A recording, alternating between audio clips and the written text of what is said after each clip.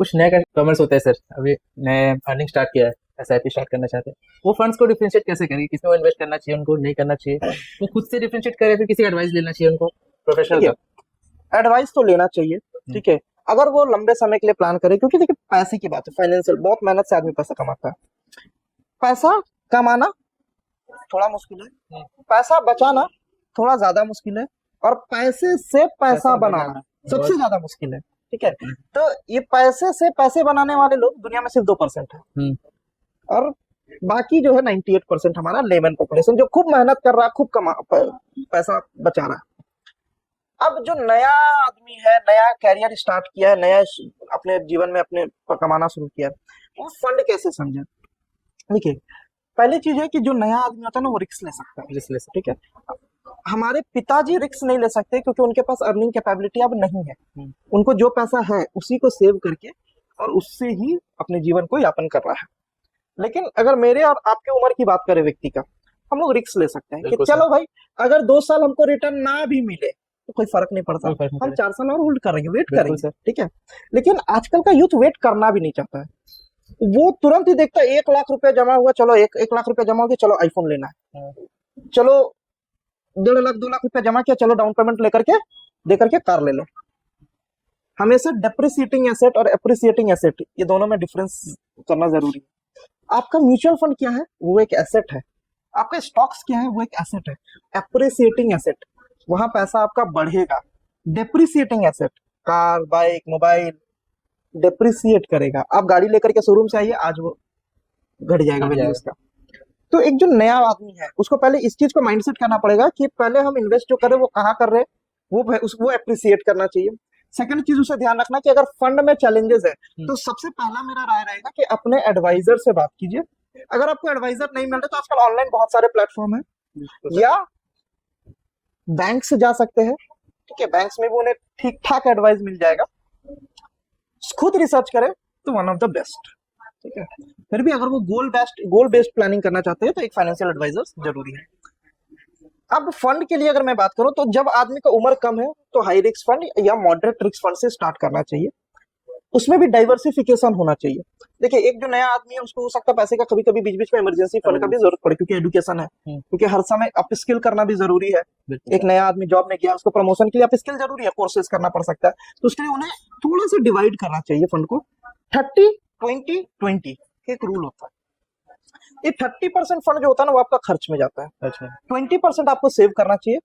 20% high risk, 20% low risk या moderate risk. Mutual fund की बात में करो, उसके अलावा आपको इमरजेंसी फंड्स रखना है, ठीक है।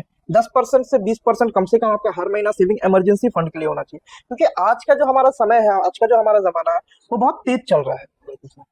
आज एक बंदा यहाँ काम कर रहा है, दूसरा दिन 6 महीना बाद पता लगेगा वहां चला गया, ठीक है। तो उसमें कभी कभार ऐसा सिचुएशन का भी सामना करना पड़ सकता है कि उसके पास हो सकता है बीच में 3 महीना गैप हो जाए, वो सोचे कि हाँ ठीक है जॉब स्विच कर दे, हो सकता है वहां कुछ ऊंच नीच हो सकता है, तो वहां के लिए उन्हें तैयारी रखना जरूरी है। तो उनके पास इमरजेंसी फंड भी होना चाहिए, प्लस एक ऐसा ग्रोइंग फंड होना चाहिए जो उनका पैसा बढ़ाता चले। और जितना पहले से शुरुआत करेंगे, अमाउंट मतलब नहीं रखता, कोई जरूरी नहीं है कि आप 10,000 रुपए से का एसआईपी कीजिए, ठीक है, या 50 लाख रुपए एक साथ निवेश कीजिए, जरूरी नहीं है। छोटा निवेश लंबे समय तक आपको सबसे ज्यादा फायदा देगा, बड़ा निवेश करने का जरूरत नहीं। छोटा छोटा कंसिस्टेंटली लगातार रेगुलर डिपॉजिट होता रहे, वो ड्रास्टिक हो जाएगा, उनको महसूस नहीं होगा कि इतना पैसा वो कभी जमा कर भी सकते थे। सर छोटा निवेश जो बोल रहे हैं, एसआईपी आज के डेट में स्टार्ट किस अमाउंट से हो जाती है सर? बहुत सारे एसआईपी है जो 100 रुपए से भी स्टार्ट हो जाता है। 100 रुपए से? बिल्कुल, आदमी का दिन का खर्चा से ज्यादा होता है सर। बिल्कुल होता है। मंथ में एक बार 100 रुपए डालते हैं उसको, मंथ में एक बार 100 रुपए से स्टार्ट कर सकते हैं, डेली भी स्टार्ट कर सकते हैं। बिजनेसमैन जो होते हैं, जिनका छोटा किराने का दुकान है, जो ये बहुत मतलब ये इस तरह से गवर्नमेंट, ठीक है, इतना इसका प्रमोशन किया जा रहा है कि म्यूचुअल फंड सही है, ये हर किसी के लिए सही है, और इसे इतना तरीके से बनाया जा रहा है। एक तो रेगुलेटेड है, ये नहीं कहा जा सकता है कि ये कोई लेके भाग जाएगा, क्योंकि सारी अच्छी कंपनियां इसमें इन्वॉल्व है। सेबी से रेगुलेटेड है। सेबी क्या है? Security and exchange board of India, जो कि गवर्नमेंट की एंटिटी है। इसे बनाया ही इसलिए गया है कि नजर रखना है, कि नजर रखिए कि कहीं कोई गड़बड़ी ना हो। जो पहले हो चुका, सहारा में हो चुका, या इधर उधर हम लोग निवेश कर देते थे, उसमें प्रॉब्लम्स आते थे। नहीं, ये एज उतना ही सेफ है जितना कि आपका पोस्ट ऑफिस का डिपॉजिट या किसी बैंक का बैंक। फिक्स डिपॉजिट, ये उतना ही सेफ है। प्लस सबसे बड़ा चीज है, यहाँ रिस्क किसी इंडिविजुअल के पास नहीं है, किसी कंपनी का नहीं है, रिस्क हमारा है। बैंक में भी अगर हम पैसा एफडी किए 10 लाख रुपए, बैंक का रिस्क है बैंक अगर डूबा मेरे को 5 लाख ही मिलेगा। 50%। 50% लिमिट है, अगर हम 1 करोड़ भी किए ना तो भी 5 लाख ही मिलेगा। ऐसे कैसे? ये आरबीआई का नॉर्म है। अगर बैंक क्राइसिस में गई तो उसको वो 5 लाख तक का ही गारंटी है, तो बकायदा सेक्शन है जिसके तहत अगर बैंक में आपने हजारों करोड़ भी रखा है फिर तो वहां तो लॉस लॉस है, लेकिन वो चांसेस कम है। 99.999% चांसेस नहीं है कि ऐसा हो, क्योंकि आज तक ऐसा नहीं हुआ है। आज तक बैंक बंद नहीं होता है, कोई भी बैंक आज तक बंद नहीं हुआ, मर्जर हुआ। एक बैंक अगर वो खराब परिस्थिति में है तो गवर्नमेंट उसे मर्ज कर देता है कि भैया अब इसको ऐसे चलाना।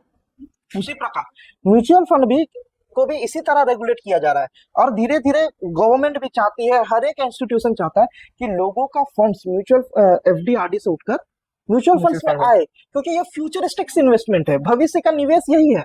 देखिए, और अगर साधारण शब्द में आपको समझाऊं तो जो पहले अपने आप को बदलते हैं उन्हें फायदा ज्यादा होता है। बिल्कुल सर। जो समय पार होने के बाद बदलेंगे उन्हें फायदा कम होगा। एक जमाना था, हमारे पूर्वज थे जो अटैची में कपड़े में लपेट के मुट्ठी बांध करके पैसा रखते थे रखा हुआ था सर। अभी कितना पैसा बढ़ता है? कुछ नहीं। धीरे धीरे गवर्नमेंट ने प्रमोट किया, बैंक में रखिए, पोस्ट ऑफिस में रखिए, लोग रखना शुरू किए, रखिए, फायदा हुआ उनको। जो पहले रखे उनको 18% तक का इंटरेस्ट मिलता था। हाँ। पहले कौन रखना शुरू किया? साहूकार, आपके जो वहाँ के ब्यूरोक्रेट्स होते थे, जो एजुकेटेड लोग होते थे, उन लोगों ने पहले स्टार्ट किया रखना, उन्हें फायदा ज्यादा हुआ। उसके बाद उनको देख करके जो कॉमन मैन है ना वो सबसे पीछे आता है। हाँ। ठीक है, कॉमन मैन अभी पिछला 10 साल से एफडीआरडी के पीछे पूरा जोर लगाया हुआ है। अब आज के दिन में एफडीआरडी का इंटरेस्ट कितना है? 6% के आसपास। अब गवर्नमेंट चीजें बदल रही है, सरकार भी चाहती है आप म्यूचुअल फंड में निवेश करें, एफडीआरडी से ज्यादा आप म्यूचुअल फंड में आए। क्यों? इससे सबका फायदा। पहला चीज है, अगर पैसा म्यूचुअल फंड में लगता है तो वो बिजनेस में पैसा लग रहा है। बिल्कुल सर। गवर्नमेंट का कोई रिस्क नहीं। अगर बैंक में एफडी जाता है तो वो तो कर्जा ऑलरेडी है उसके लिए। बिल्कुल। कुछ बिजनेस हो, काम हो ना हो, इंटरेस्ट तो देना है। बिल्कुल। लेकिन म्यूचुअल फंड में पैसा है, बिजनेस बढ़ेगा तो इनका पैसा बढ़ेगा, बिजनेस नहीं बढ़ा तो वैसे ही रहेगा, थोड़ा घटा तो घटेगा। रिस्क किसी का है नहीं है। लेकिन हर एक ऑर्गेनाइजेशन का एक मेंटल टारगेट होता है कि उसे ग्रो करना है। ठीक है, तो वो मेहनत करेगी, वो लगेगी, वो डेवलप करेगी। टाटा कंपनी क्या वहीं का वहीं रहेगी जहां 20 साल पहले था? नहीं था, बढ़ गई, बढ़ी और बढ़ती जा रही है। एक कंपनी से स्टार्ट करके आज उसके पास 127 कंपनियां हैं। 27 कितने सालों में?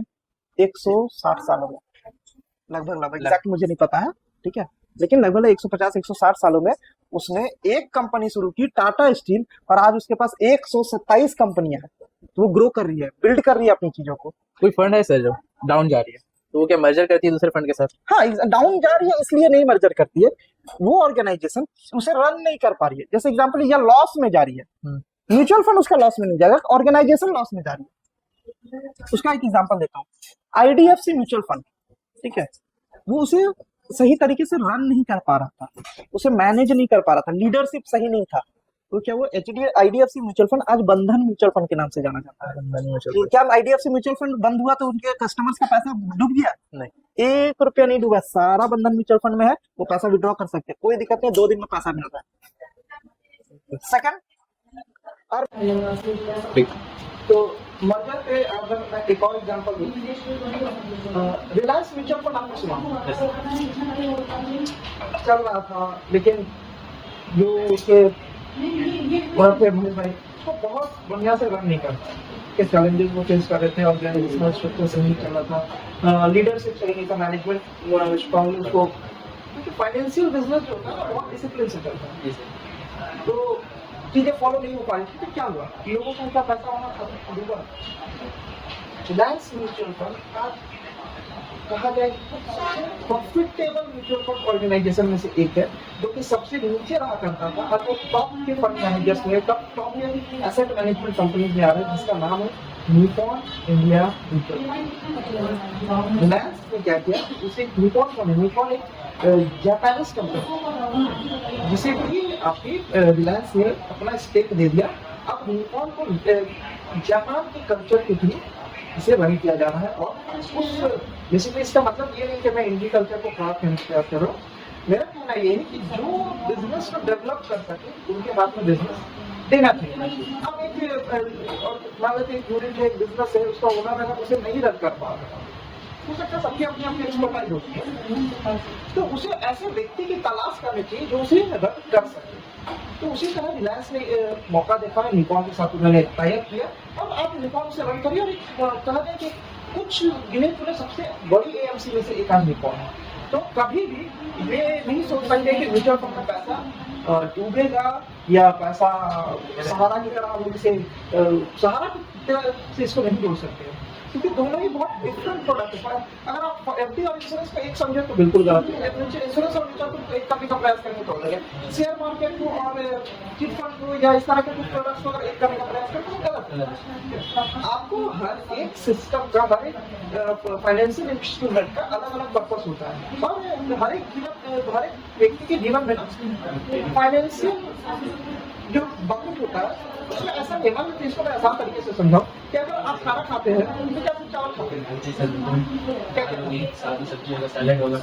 उसी तरह अगर आपकी फाइनेंशियल हेल्थ क्योंकि आप जब डाइवर्सिफाई है, सलाद, चावल, दाल, सब्जी, कुछ डिजर्ट में रहता है, जब इस तरह से हर तरह का पोषण अपने शरीर को देना तो आपका शरीर स्वस्थ रहता है। इसी प्रकार अगर आप म्यूचुअल फंड्स में इन्वेस्ट कर रहे हैं या फाइनेंशियल इंस्ट्रूमेंट में इन्वेस्ट कर रहे हैं तो आपको डाइवर्सिफिकेशन जरूर है, आपको हर तरह का प्रोडक्ट अपने बकेट में होना चाहिए। ठीक है, कुछ जरूरी चीजें जैसे चावल चाहिए ही चाहिए, ठीक है, अगर सिर्फ और सिर्फ सब्जी पर गुजारा करें तो पॉसिबल नहीं, तो उसके लिए मुझे एफडी भी चाहिए, हमें म्यूचुअल फंड्स भी चाहिए, हमें इंश्योरेंस भी चाहिए, हमें स्टॉक्स भी चाहिए, हमें रियल एस्टेट भी चाहिए, हमें गोल्ड भी चाहिए। सब कुछ अपना डिसाइड क्या करना है, परसेंटेज कितना परसेंट एसेट इस परसेंट कहाँ एलोकेट होना चाहिए। ठीक है, आप म्यूचुअल फंड में भी इन्वेस्ट कर रहे हैं तो पूरा का पूरा ऐसा नहीं कि पूरा हम इक्विटी में कर लें, उसमें भी डाइवर्सिफाई होना चाहिए। इक्विटी में इतना परसेंट पोर्शन होगा, डेट में इतना परसेंट पोर्शन होगा, तो इस तरह से क्या होगा आपका फाइनेंशियल हेल्थी रहेगा और आप अच्छे से अपने जीवन को लाइफ एक जर्नी है और उस जर्नी को आप अच्छे से बिता पाएंगे।